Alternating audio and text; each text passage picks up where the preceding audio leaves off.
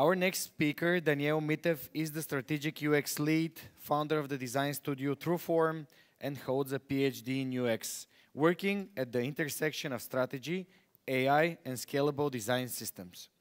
His talk will explore which skills will matter the most for UX designers in an AI-driven world, why judgment is becoming more important than execution, and how we can stay relevant while our tools get smarter. So, without further ado, Daniel is coming to the stage. Dani?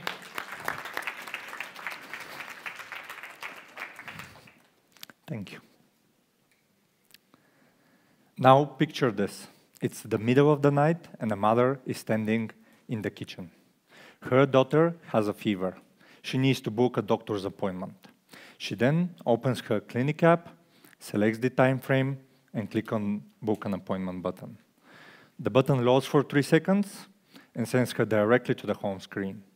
No email, no confirmation, nothing. Although the app said that she will get a notification, it never arrived. Uncertain what happened, she decides to do it again, this time with a different time slot. But the result is the same. Nothing has changed. Now, she might have 2 appointments or none. She wouldn't know until someone calls her tomorrow, or doesn't. This time, the issue isn't with the code. This time, someone made a wrong decision about what to be built. Hi, I'm Daniel Mitev, and 3 years ago, my team and I spent 2 weeks working on onboarding flow. This month, I had an AI to build me the same flow. Naturally, I was super curious, so I sent both options to be tested with real users. The results showed that the AI version performed 13% better on our core metric. The game has changed, my friends. The bottleneck is no longer just crafting the screens. It's also choosing which option to ship. But let me introduce you to Maria. Maria is a product designer who opens her laptop on Monday morning just to find a message waiting for her. The message reads, "Hey Maria, we know that our users are having trouble with the checkout flow, so please take care of it, make sure it's well designed and well thought, because it's really important for the company." As you'd expect, Maria opens her design tool, she types a prompt, then she loads a few notes from her recent user interview that she did, and clicks on generate. Now, the only thing that has left for her is just to wait. 3 minutes after that, 5 new checkout flows appears in front of her. She clicks through them, and what a surprise. Everything looks right. The microcopy is polished, the spacing is clean, even the color contrast passes the accessibility check. The AI agent gave her 5 checkout flows while she was just scrolling to Instagram. But then Maria feels her chest tightening. Yes, the AI agent gave her those 5 beautiful checkout flows, but it couldn't tell her which one would work, which one would actually help the mother in the kitchen. The decision and the risk is now entirely hers. But it wasn't always like this. Back in the days, she used to spend her time tweaking labels or making sure that the corner radius is equal on no components. But now, an AI can do this for her, and can do it in seconds, which means that the risky part of her job has moved. Yes, she can build the designs faster now, but her choices may still be poor. Remember, there is a mother in the kitchen who desperately needs this to work. As the AI agents take on the low-level tasks, the outcome of each decision matters more. Judgment becomes an essential skill. Guys, it's obvious that we are moving full steam ahead on automation. It's even clearer that the AI agents will become better and faster at what we do. But the one thing that they won't be able to automate is the good judgment. The ability to choose well will set you apart. As the week continues, Maria brings all 5 options for a design review. And as it usually happens, the whole team gather around their monitors and everyone starts to speak at once. One person liked option 2 because it's easy to implement. Another person liked option 3 because this option looks like a really good long-term strategy bet, whatever that means. And a different designer likes option 5 because he's just a designer and that's it. He likes it and that's it. You can feel that the conversation starts to spin in circle. Maria can also sense that. So she needs to act. But why is this happening? Why does this feel like everything is repeating over and over again? Well, because everyone is trying to solve for a different reason. And that's why Maria knows that she has to act. She stands up and pulls out a folded paper from her pocket. On that paper, there is a hand-drawn table with all the 5 options written on the right-hand side, the 3 most important criteria on top, and a scoring guide from 1 to 5. Maria reads out all the options and asks everyone that is in the room to score the options against those 3 criteria, and ask them to do it in 90 seconds. Roughly 8 minutes after that, they have a clear winner. Why? Well, because the scoring guide forced everyone to solve for the same outcome. Maria could have chosen just one option and hope for the best, but she didn't. She decided to turn the scoring guide into a team drill, one where they take all the decisions as a group. But what Maria does alongside this and after this actually is also really interesting. She also keeps a private log with just 2 columns in it, the decisions that they took and the outcome that they got. This log is Maria's private record. It allows her to look back and without the team bias to see which of their actions actually worked, actually helped the mother in the kitchen. These tiny proactive actions compound. Over the time, they sharpen her judgment from just guessing into a reliable intuition, and also builds deep trust with the team. This is how you learn to choose well, not from a single guess, but from being proactive and from including everyone in the decision-making process. But the work is far from over. Maria still needs to get the stakeholders' approval. And as she walks into the meeting, she only brings her laptop. And instead of just jumping straight to the designs, she decides to open by painting a picture. This is what Maria says to everyone in the room. I open quotes. Picture Ivana. Ivana is a doctor with 30 seconds between her patients. We know that our users are finding the book out and checkout flow confusing.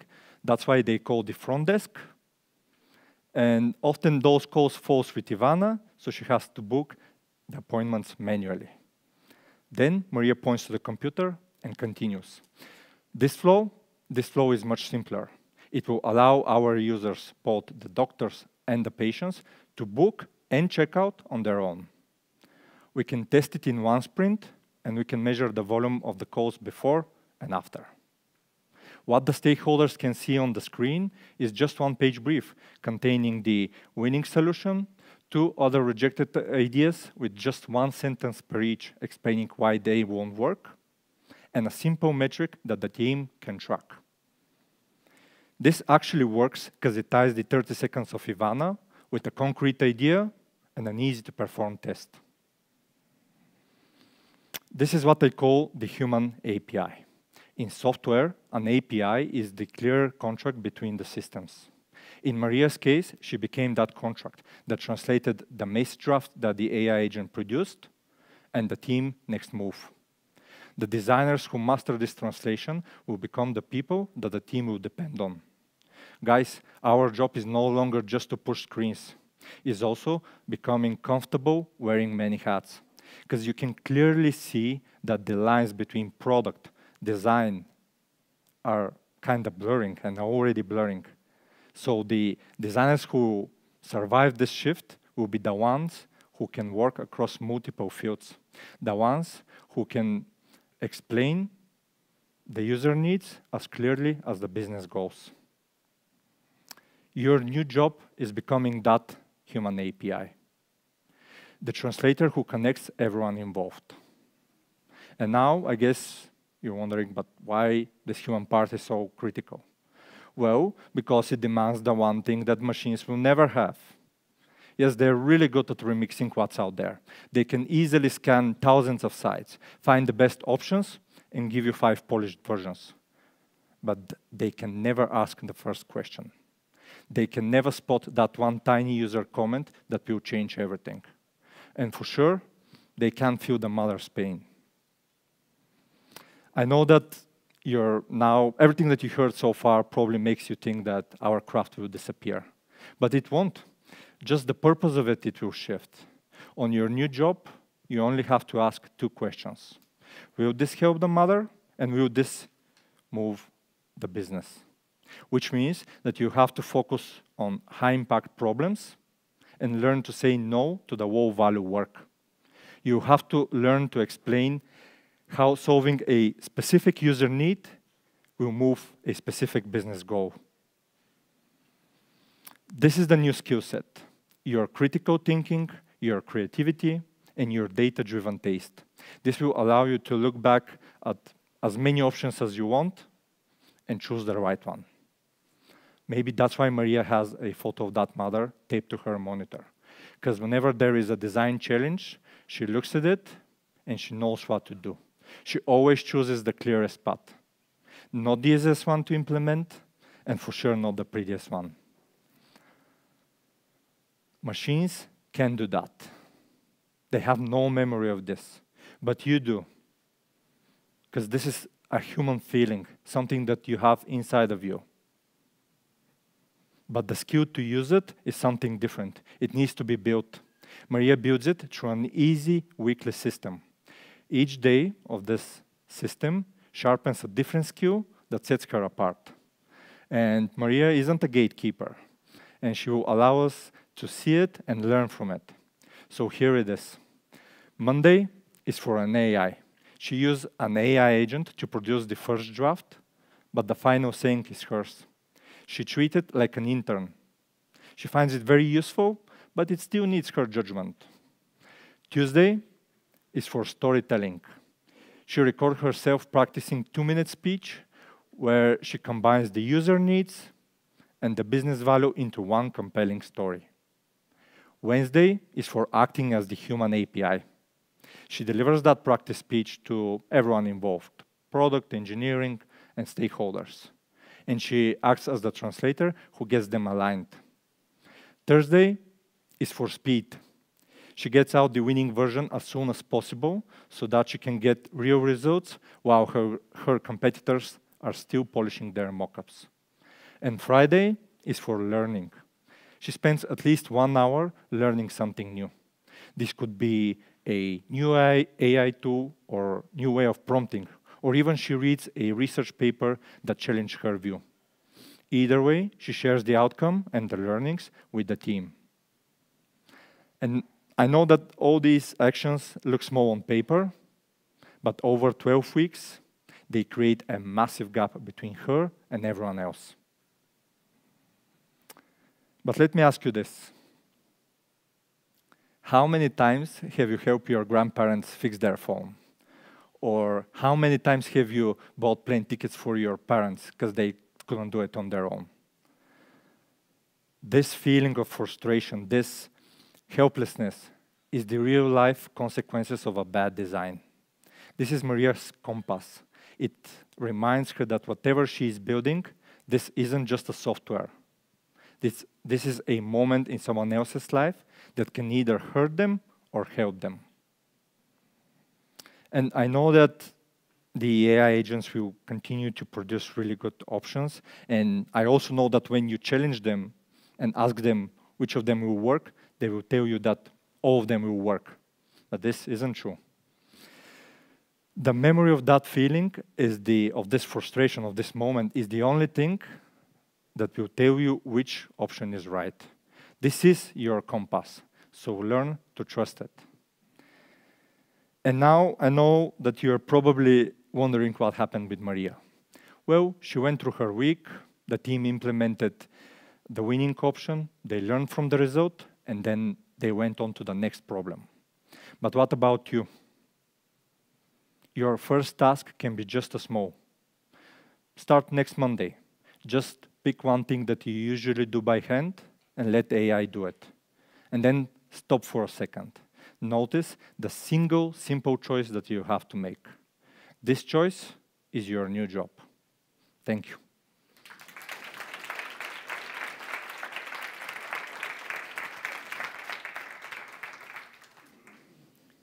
We have some time for questions. Danny? Danny? Danny to Danny. No. We want to have it on stream. Great presentation, Danny. Thank you. I have a question with something that I believe is super, not just a question, but I want your opinion on that.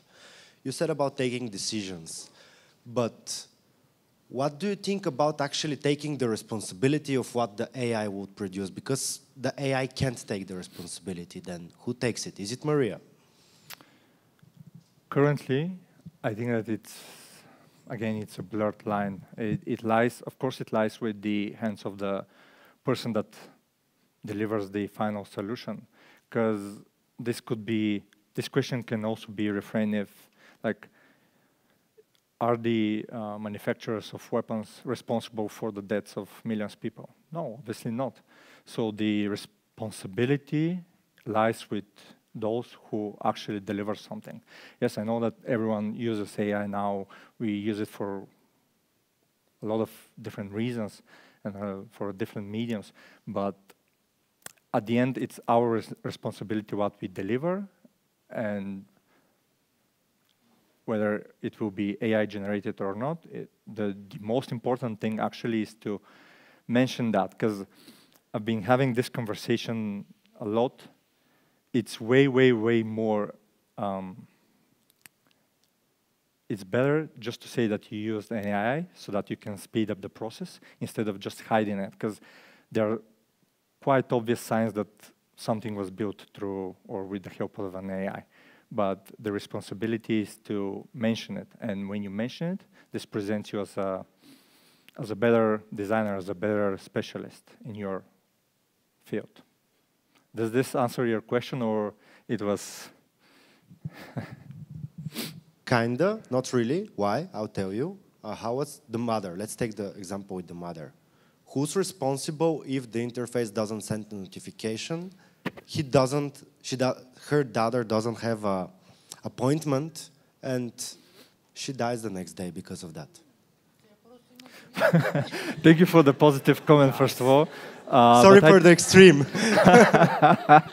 But no, I think that the responsibility lies with the whole organization, right? This decision went through all the designers, through the PMs, through all the VPs. So it lies with everyone. But at the end, it's we as a designers need to propose something that works. So obviously something that wasn't working properly was introduced, and someone got hurt of this. Thank you. Positive questions only now. Nobody dies today. I remember DMX in one of the movies, like, guns don't kill people, people kill people. So my question would be, it's advocating into using AI and improving yourself, but where do you draw the line of keeping our planet safe? Honestly, this is way out of my knowledge. Me personally, I don't think that it makes sense for me as an individual to draw the line somewhere. Obviously, as a single person, I don't have like the responsibilities and the way to influence people instead of just having an opinion. And my opinion is obviously that we need to take this with precautions, with not to be like fully reliable. But if I have to be honest, I'm fully reliable now on AI, so I can't really draw the line on myself. What can I do to draw the line for other people? So it's really, really tough question that I can't answer, honestly. I do use it on a daily basis. I don't draw the line, but I was wondering how others think about that. Yeah. Let's imply that people are good. I think it's not a personal responsibility. This is like a human, a single human. You can't make any difference. Yeah. It's on a bigger level, on a higher level. That's true. Over there. My questions is not about the responsibility, but the pleasure, the personal satisfaction of being designer and doing a job. The all ideas that usually came to our minds, now we just type a prompt and expect the outcome and then present the ideas to the team. So we care about the user satisfaction, but what happened to our pleasure of work? But What don't do you you get a think? pleasure when you like have an idea? So let's say that you... when you brainstorm, when you make a product, Yeah. oh, this is doing Maybe I can try to explain this from my own experience. Right now, whenever there is a design challenge, we start by first trying the AI agents, what they will produce. And then it's really interesting that when you have really like 5, 10, as many options as you want, all the people in the design team starts to act like a leaders, like a lead designers, because they now have to judge something that was done by something else. And when you extrapolate the feelings, the human feelings that usually stops the design critique process, because if I know that Danny is my friend, I wouldn't really say exactly what I think. I would try to say it in more softer, more not so confronting way. And this actually helps because you know that the first drafts were produced by an AI. So we can directly say what we think, and obviously it's really important we as a human to think. So it's important to say it directly without having to sugarcoat it. So I still feel the satisfaction because I know that the idea was ours in the beginning, the whole team. We just got a little bit faster at what we do. That's the whole thing. But as in the end, the idea, the execution, everything was on our own. Thank you.